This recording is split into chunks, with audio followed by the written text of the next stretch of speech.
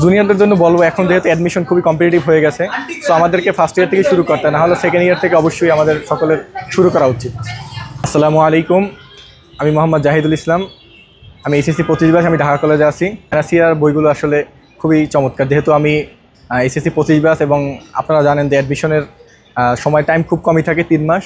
So এই জন্য যারা বিশেষ করে ঢাকা বিশ্ববিদ্যালয়ে প্রস্তুতি নিচ্ছেন বা অন্যান্য বিশ্ববিদ্যালয়ে, আপনাদের একটি লং টাইম ধরে পড়াশোনা করতে, এই জন্য আমি প্যানাসিয়ার সিরিজের বইগুলো নিচ্ছি এবং প্যানাসিয়ার বইগুলো পড়তেছি আলহামদুলিল্লাহ। বইগুলো খুবই ভালো, বিশেষ করে টেক্সট প্যানাসিয়া।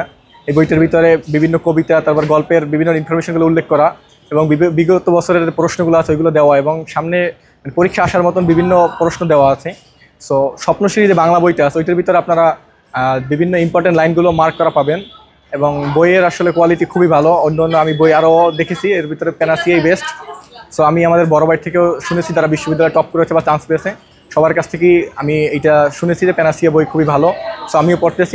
হ্যাঁ, প্যানাসিয়া সিরিজের টেক্সট প্যানাসিয়া পড়ছি, তারপরে গ্রামার প্যানাসিয়া আছে, ভোকাবুলারি প্যানাসিয়া আছে আমার কাছে, তারপর স্বপ্নশ্রী আছে, তারপরে রিটেন বইটা আছে। আসলে টেক্সট প্যানাসিয়াটা কিছু পয়েন্টলি বলতে গেলে ওইটার যে ভোকাবুলারিগুলো আছে ওগুলো খুবই এফেক্টিভ, বিভিন্ন অ্যাডমিশনে এইটা থেকে খুবই কমন পড়ে। তারপরে এইটার যে ইনফরমেশনগুলো দেওয়া আছে কবিতা বা প্যাসেজের, এইগুলো খুবই হেল্পফুল সবার জন্য এবং অ্যাডমিশনের জন্য এবং এইচএসসি দুটোর জন্যই। জুনিয়রদের জন্য বলবো, এখন যেহেতু অ্যাডমিশন খুবই কম্পিটিটিভ হয়ে গেছে, সো আমাদেরকে ফার্স্ট ইয়ার থেকে শুরু করতে, না হলে সেকেন্ড ইয়ার থেকে অবশ্যই আমাদের সকলের শুরু করা উচিত। প্যানাসিয়া আমি আলহামদুলিল্লাহ যেটুকু পাই তাতে অবশ্যই 10-এ 10ই দিব, অন্যান্য বইয়ের চেয়ে প্যানাসিয়া অবশ্যই খুবই ভালো বই।